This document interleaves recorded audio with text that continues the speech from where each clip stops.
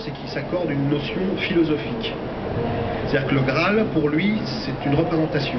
Et il dit, il faut chercher le Graal. Et les autres en face, ils disent, bah ok, on va chercher, c'est quoi? Alors il faut se lancer dans un truc, potentiellement effectivement la coupe qui a recueilli le sang du Christ. D'accord, donc en face, ils doivent chercher une coupe. Mais ils chercheraient autre chose, c'est pareil. C'est-à-dire qu'il y a une notion philosophique de l'objet qui n'est pas atteinte par ceux avec qui ils travaillent.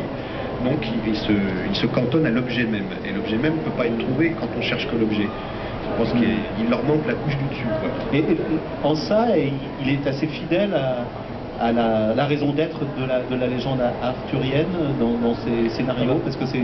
Le Graal fait partie là de la légende arthurienne, et pas d'Arthur, enfin, parce que bon... D'autant que bon... Le Graal, on peut en parler pendant des heures parce que on ne sait même pas d'ailleurs exactement à quoi s'attendre avec ça. Est-ce que c'est réellement un objet ou est-ce que c'est simplement un symbole spirituel? Bon, on n'est toujours pas d'accord là-dessus et je pense que là, Alexandre a toute la liberté justement pour en parler. Je pense que c'est un des moteurs. Il est symbolique ce Graal. Il est symbolique d'une spiritualité. C'est un peu ce qu'il a s'entendre. Mais il l'utilise comme un moteur de la série, un moteur des actions des personnages. À l'époque, dans le christianisme, on ne parle pas de Graal. C'est même un mot qui est venu très tard. Vous savez, ce qui est intéressant des fois, c'est de... Vous parliez tout à l'heure de polygamie. Bon.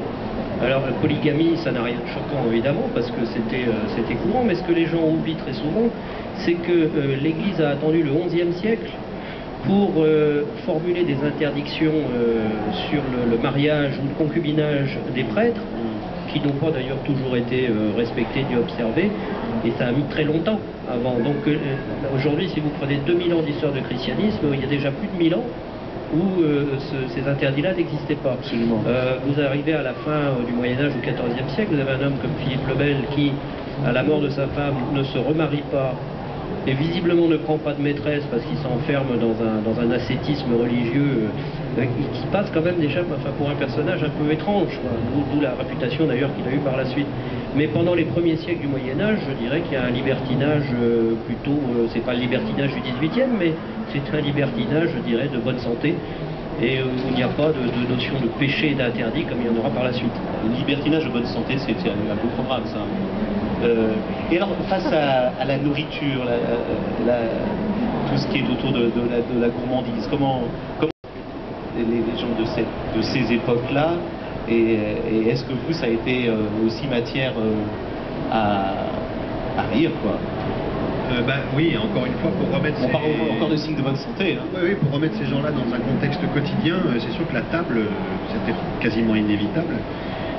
Mais c'est un... Enfin, oui, la table ronde, c'est pas qu'une table de salle de réunion, là. Hein, non, mais sans vouloir comparer, évidemment, on prenait une série comme West Wing, qui parle du président des États-Unis.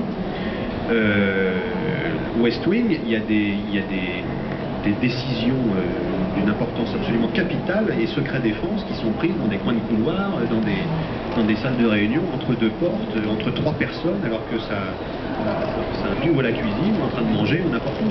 C'est important aussi de rétablir ça, c'est-à-dire que les grandes décisions n'ont pas toujours été prises à des grandes tables, avec des gens, avec un petit écriteau avec leur nom dessus. C'est tout ça. Le pouvoir, c'est ça aussi. C'est ce pouvoir-là est intéressant à transcrire, c'est-à-dire que ça s'engueule, ça bouffe. Et ça bouffe, toujours pareil, il y a une notion virile dans le fait de bouffer beaucoup, de bouffer de la viande, ou je sais pas quoi. Ouais, ça s'empiffe. Hein. Ouais. Et lui, il vient de Rome, donc c'est pas pareil la bouffe à Rome. Il aime pas les fruits, il aime pas les légumes, il trouve que ça n'a pas de goût ici. Il vient vraiment d'un pays ensoleillé, il a été élevé là-bas. Mais attendez, et les orgies romaines, qu'est-ce que vous en faites? Mais c'est dans la saison 6, ça. Ah, excusez-vous. Allez, on leur donne un petit... Qu'est-ce qui change un peu là? Qu'est-ce qui évolue dans la saison 6? Dans la 5,5, et puis alors, puisque la 5,5, je ne peux pas vous en dire, mais la 6, ça a déjà un peu filtré. La 6 parle du passé. Elle évoque le passé de Camelot. C'est-à-dire qu'on s'éloigne des chevaliers tels qu'ils sont maintenant? Comment ça... On raconte on les voit individuellement avant? On raconte comment ça s'est fabriqué, comment ils en sont arrivés là. Et pour ça, effectivement, c'est une saison où j'espère faire ressentir encore plus le fait qu'il est très étranger ici. Même s'il y est né, il est quand même très étranger en Bretagne et rien ne lui convient en fait. Alors, je vais revenir à ma question pour l'avenir en conclusion.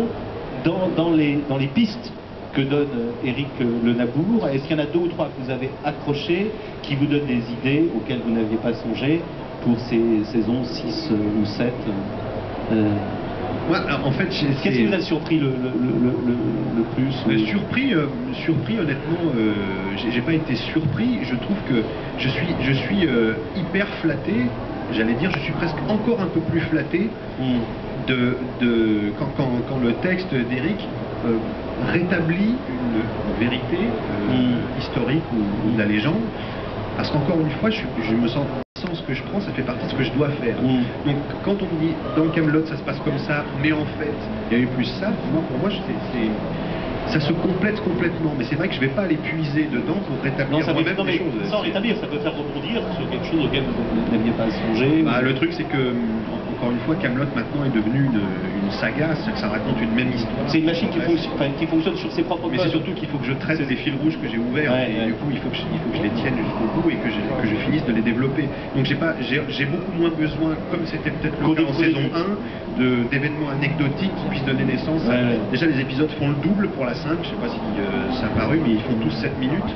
Donc on est dans une narration beaucoup plus qu'avant. Ça fait énormément changer le mode d'écriture. De 3,5 à 7. Ouais. Racontez-nous un petit peu. Comme le dit Jean-Christophe Lambert, l'interprète de Caradoc, t'es chiant, parce que maintenant à Kaamelott, on est obligé de s'asseoir pour le regarder. C'est ça change vraiment. On peut pas dire... Là, il s'assoit pour écouter, hein, je peux vous dire. Oui, mais pas là, on est chiant. Ben, arrêtons de mettre alors. Bon, écoutez, merci en tout cas beaucoup pour tous ces éclaircissements et cette conversation. Est-ce que vous avez des questions? Ah bah oui, allez-y.